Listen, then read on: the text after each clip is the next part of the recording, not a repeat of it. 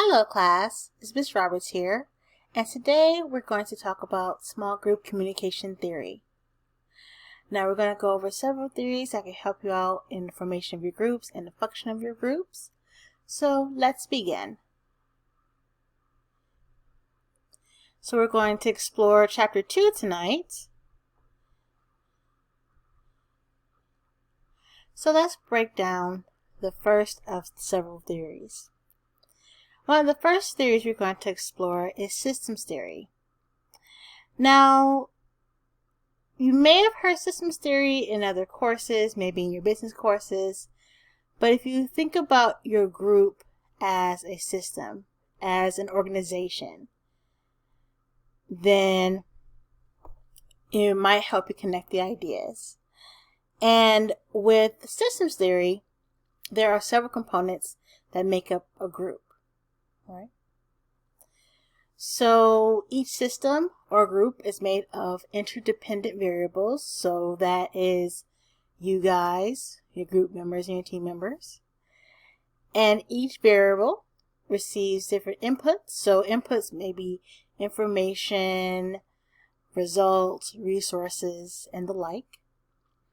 Processes. So those are the things that you have to do in your group to get your tasks done. Input, so what resources you get from the outside to yield that output, meaning what are the results of that work. Now, small groups are open systems. Now, when you think about open systems, right, think about our class. So we're online, but as our online course, we are a part of the speech/communication studies department, right? And within a class within that department, we are a part of a larger school. So the School of Language Arts. So speech class is a part of the Language Arts School, which is a part of Citrus College.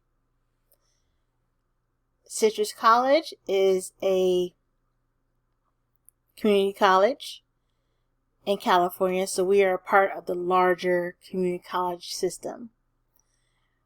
California Community Colleges is a part of the USA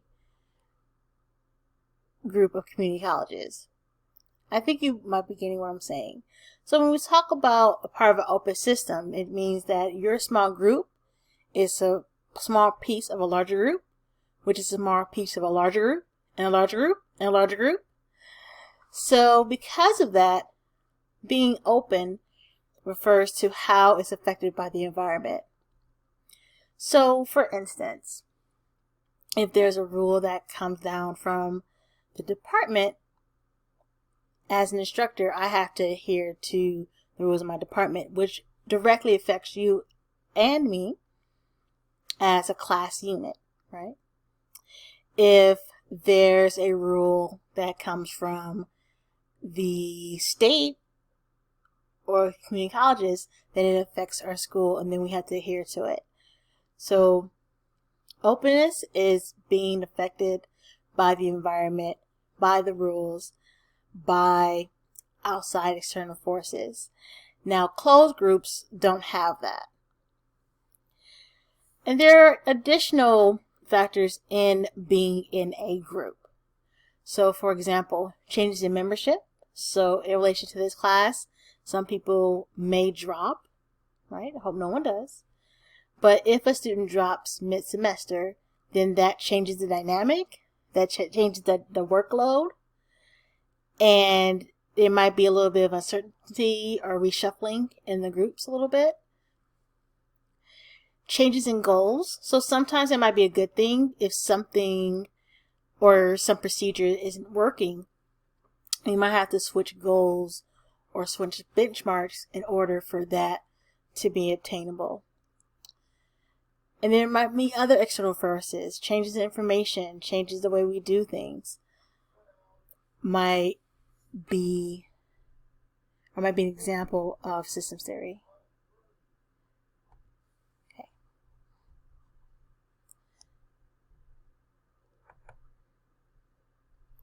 So let's explore the different components of systems theory. First of all, each group is interdependent, meaning that the group and its members, they're interdependent. They depend on each other for resources, efficiency, and if one person in that group isn't working to full capacity or can't work to full capacity or is affected in some way, if that feeling or the consequences of that disruption spreads throughout the group. Next, we have input variables. So if you think about systems theory, we think about a machine, right? So we're all a part of this machinery. So here are the input variables. The group members themselves are input variables. So if you take away a group member, changes the dynamic. Add a group member, also changes the dynamic. Resources, funding. What type of tools do you have? What is the knowledge, strengths, and weaknesses of each group member? How are you with other groups? What are your dynamics with other groups? What are your dynamics with each other? What's the physical environment that you're in? Is it conducive to what you need to do? So those are some examples of input variables. What is within the group, the resources and knowledge within the group that helps it run. Next, we have the process variables. So these are the procedures within the group that allows it to reach its goals. So the groups are put together randomly, but each group has its own way of disseminating information with each other. You divide the task differently. You're accountable in different ways that are outside of me as your instructor. So whatever processes that you guys do in order to get the projects done, then that will be an example of process variables.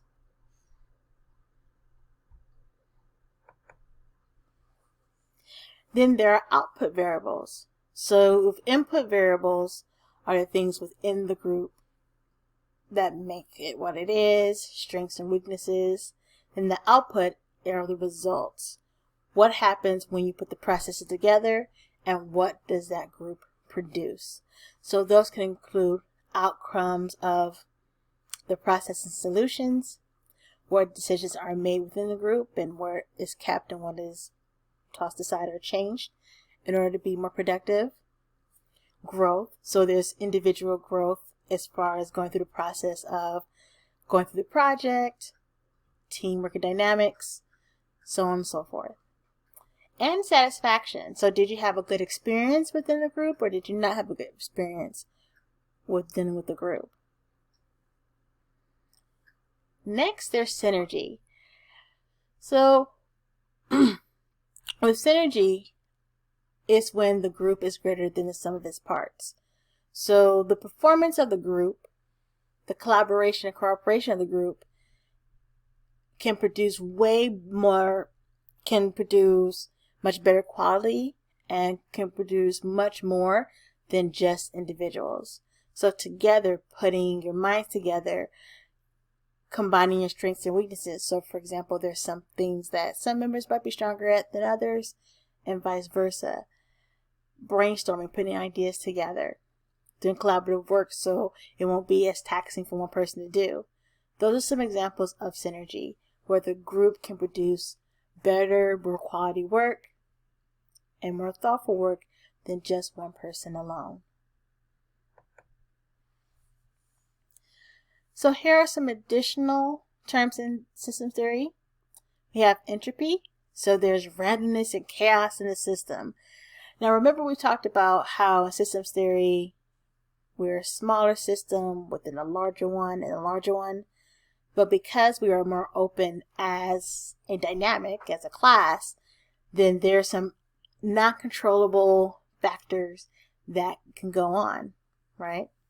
For example, being in a strictly online environment during 2020, just in case I use this next semester, just being in an environment where we do have to be all online was an example of just something that was thrown in the system That's something, a challenge that we had to face, and we are now doing class strictly online for almost everyone, right?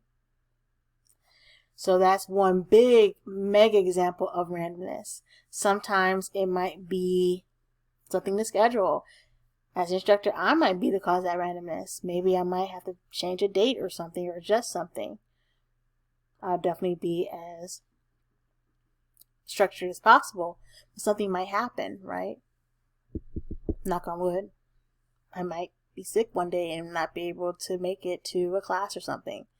That can be entropy. It's those random acts that you can't control but can affect the group, right? So in order to combat some of those random things that happened, the group must remain unified, and the group must communicate and work together to work through some of those situations. Next up, equifinality. So that is the system's final state, and it can be reached by multiple paths, but the gist of that definition, there's more than one way to reach a goal. So after everything is done, you can go back and evaluate, okay, what did we do right and what did we do wrong, right?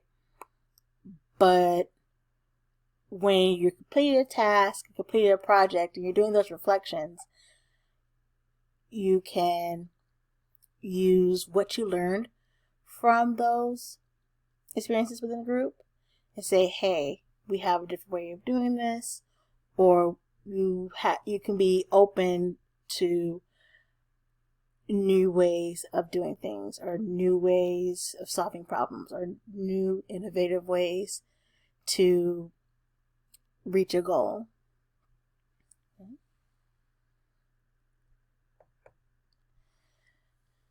So in this example, it might not be the best. You might be a little bit, might have more better visual, it might be more visible on your personal computer, but here's some of the things I'm just going to read it out to you. Some examples of systems theory. Right? So you have inputs. So for example, the purpose of the group, members, knowledge, education, all the things that make up the group. Outputs are the results of the group work, ideas, decisions, achievements, and socialization. The throughput is the process, so what happens between inputs and outputs. What do you do? What are the processes? What are the things you had to decide on to create the outputs? Then we have sources of noise or entropy or synergy. So for example, within the group, how do you guys interact? How interdependent and independent are you? What are some of the norms and power dynamics that are in your group? Do you have good leadership? Do you have well-defined roles and those roles work? Can those roles change? And what do you have effective processes within your group? Next, we have social exchange theory. Now, I also teach social exchange theory in my interpersonal communication class, but with two different contexts, right? In interpersonal communication, we talk about relationships, family and friend dynamics, romantic partnership dynamics, and of course in small groups. In small group communication, we focus on teams and small groups and projects and things like that.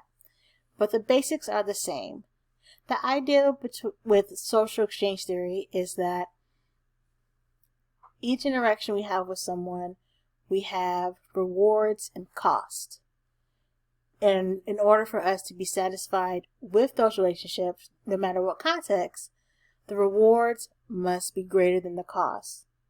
Once the cost or the unpleasant sacrifices you have to make to be in a group or in a relationship, once the costs are greater than the rewards, then dissatisfaction happens and possibly the risk of dissolving the group may happen.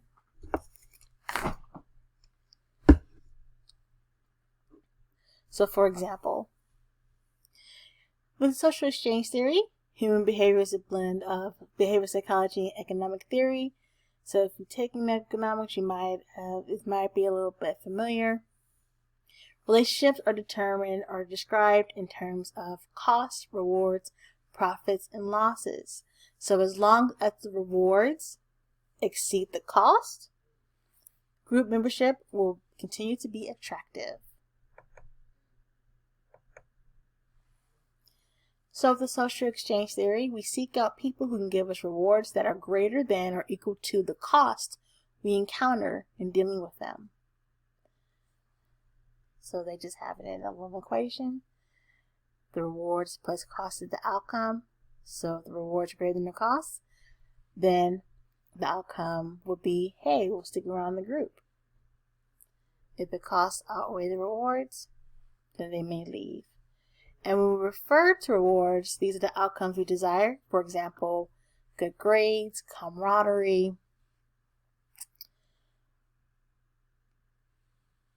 being able to say, hey, we produced a good project. But sometimes we might encounter costs such as time, money, potential for conflict, potential for unequal workloads, and the like.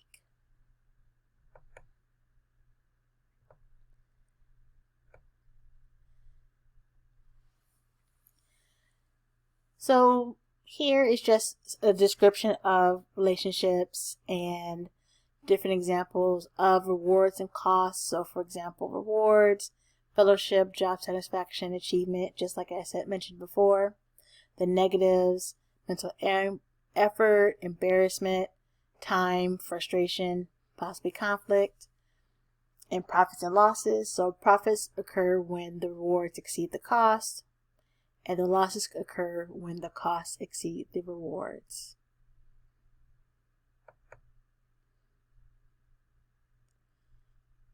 So this is just a visual representation of what I just said. Okay.